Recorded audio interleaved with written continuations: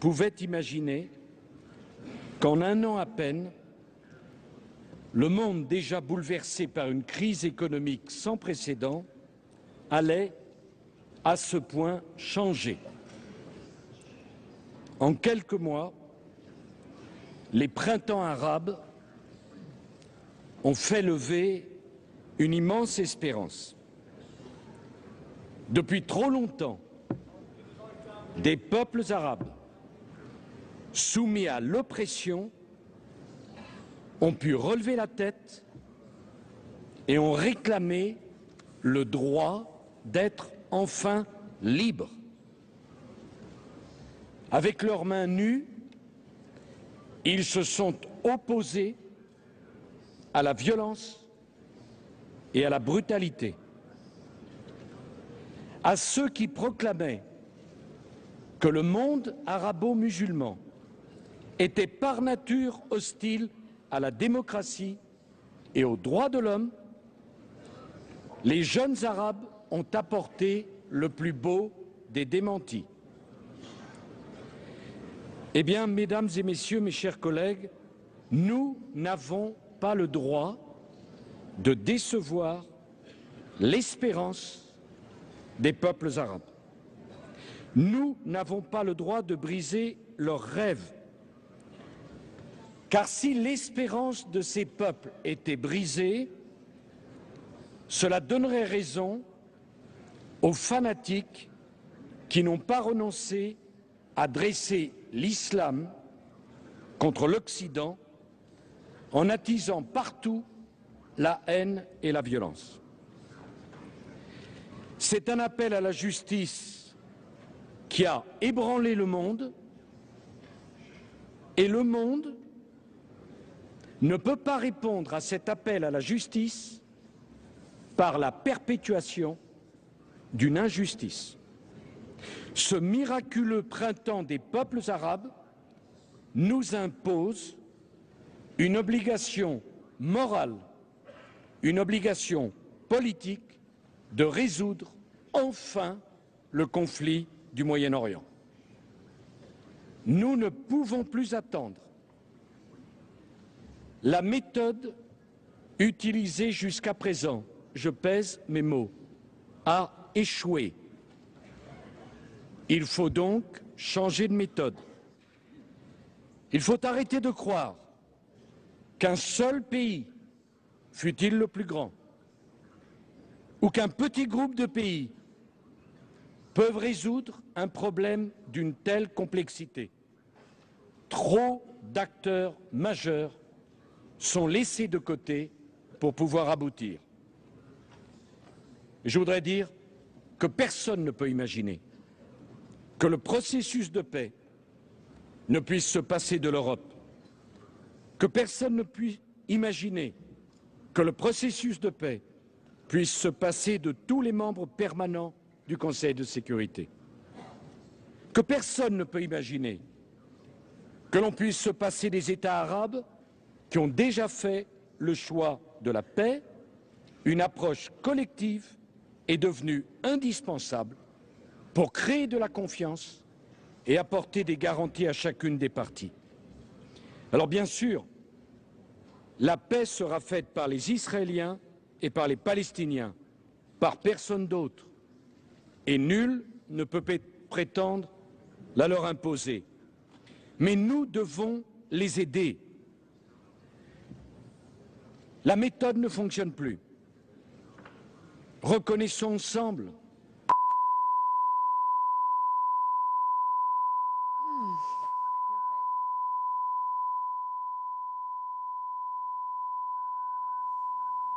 Voilà, un petit problème technique. On écoutait le discours de Nicolas Sarkozy qui s'exprimait donc depuis l'Assemblée générale des Nations Unies à New York.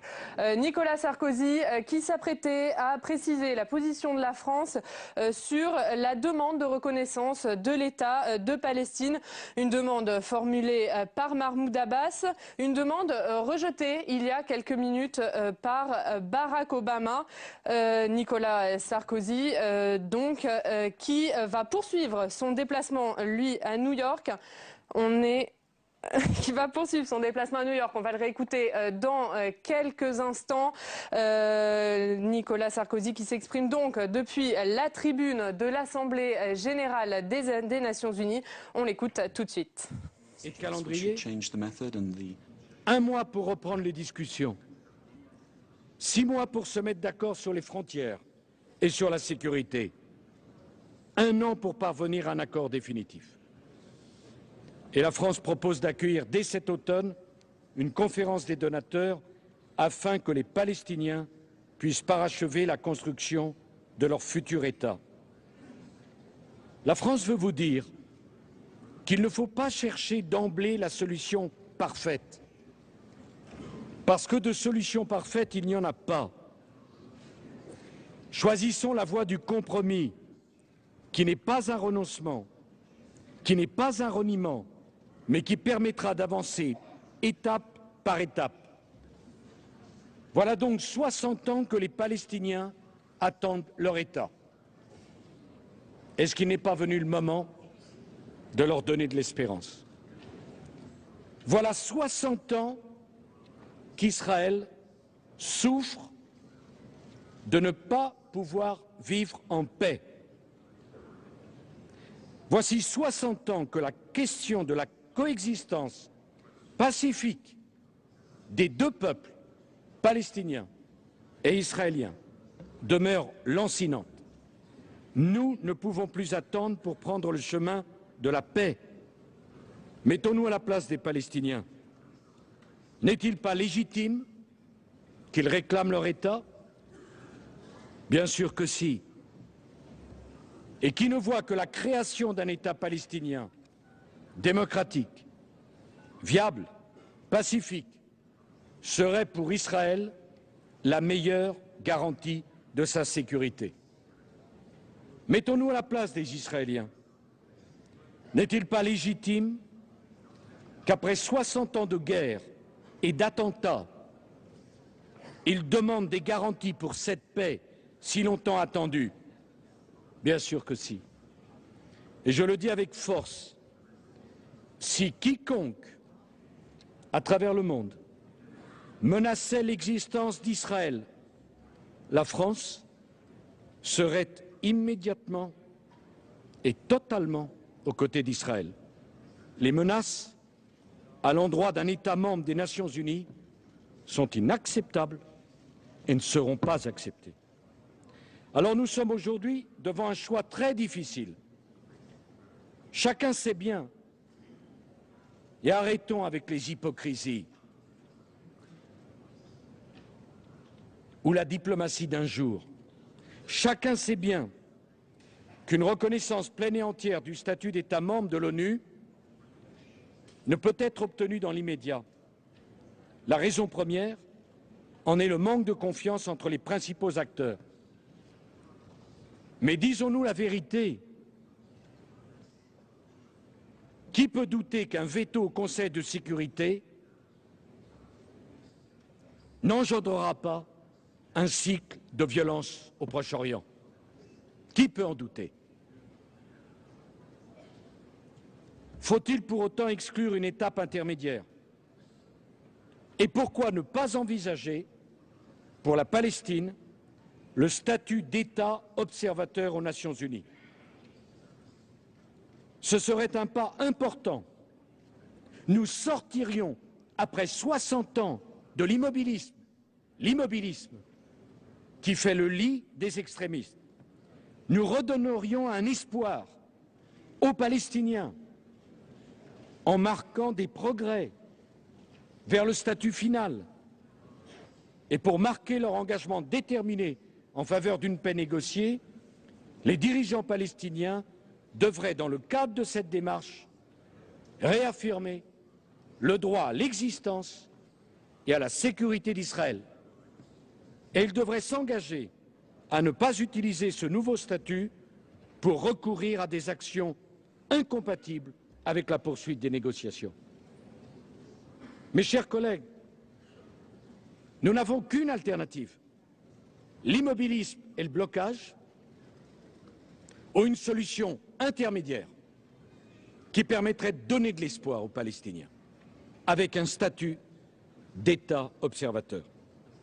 Parallèlement, une même retenue devrait être observée par Israël, qui devrait s'abstenir de gestes qui préjugent du statut final. L'objectif ultime, c'est bien la reconnaissance mutuelle de deux États-nations pour deux peuples établis sur la base des lignes de 1967 avec des échanges de territoires agréés et équivalents. Mais que cette Assemblée générale, qui en a le pouvoir, décide d'avancer, décide de sortir du piège mortel de la paralysie,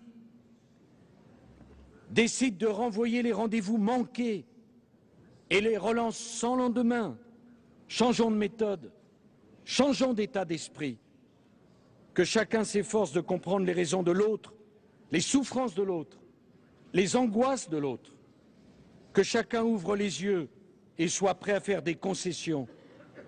Et en terminant, je veux le dire avec une profonde et sincère amitié pour le peuple palestinien. Je veux dire aux Palestiniens, pensez aux mères israéliennes qui pleurent les membres de leur famille tués dans les attentats. Elles éprouvent la même douleur que les mères palestiniennes à qui l'on annonce la mort brutale d'un des leurs.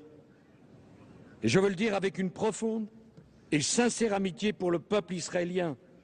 Écoutez ce que criait la jeunesse des printemps arabes. Ils criaient « Vive la liberté !» Ils ne criaient pas « À bas Israël !» Vous ne pouvez pas rester immobile alors que ce vent de liberté et de démocratie souffle dans votre région. Et je le dis avec une profonde et sincère amitié pour ces deux peuples qui ont tant souffert. Le moment est venu de bâtir la paix pour les enfants de Palestine et pour les enfants d'Israël. Mais il serait trop accablant que l'Assemblée générale des Nations unies ne profite pas de l'opportunité du réveil des peuples arabes au service de la démocratie pour régler un problème qui fait le malheur de ces deux peuples qui, de toute façon, sont condamnés à vivre à côté les uns des autres. Si nous prenons une solution de compromis, nous redonnerons de la confiance et nous redonnerons de l'espoir.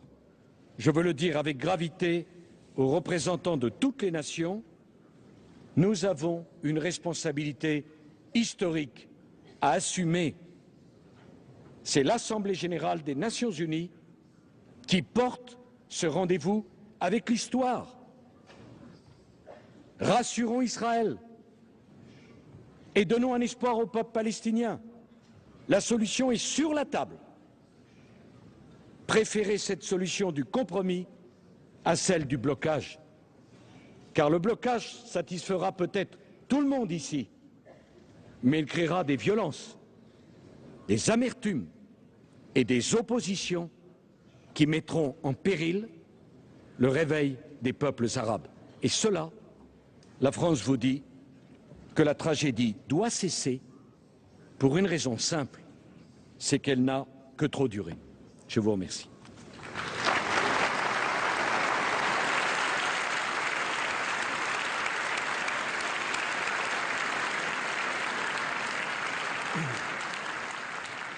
Nicolas Sarkozy s'est donc exprimé depuis l'Assemblée générale des Nations unies à New York. Le chef de l'État a précisé la position de la France sur la demande de reconnaissance de l'État de Palestine. Nicolas Sarkozy propose donc le statut d'État observateur aux Nations unies, ce qui serait selon lui un signe d'espoir pour les Palestiniens. Nicolas Sarkozy propose un calendrier d'1 an pour parvenir à cet accord. Mahmoud Abbas déposera vendredi sa demande officielle de reconnaissance de l'État de Palestine. Une démarche rejetée il y a quelques minutes par Barack Obama à la tribune de l'ONU. Nicolas Sarkozy va poursuivre, lui, son déplacement à New York. Dans quelques instants, il rencontrera Benjamin Netanyahou, le Premier ministre israélien, avant un entretien ce soir avec Barack Obama. Et demain, Nicolas Sarkozy prononcera un discours à l'occasion du 125e anniversaire de la Statue de la Liberté. Un discours que vous pourrez bien sûr suivre sur les chaînes parlementaires. Ce sera à partir de 16h30. Très bonne journée sur les chaînes parlementaires.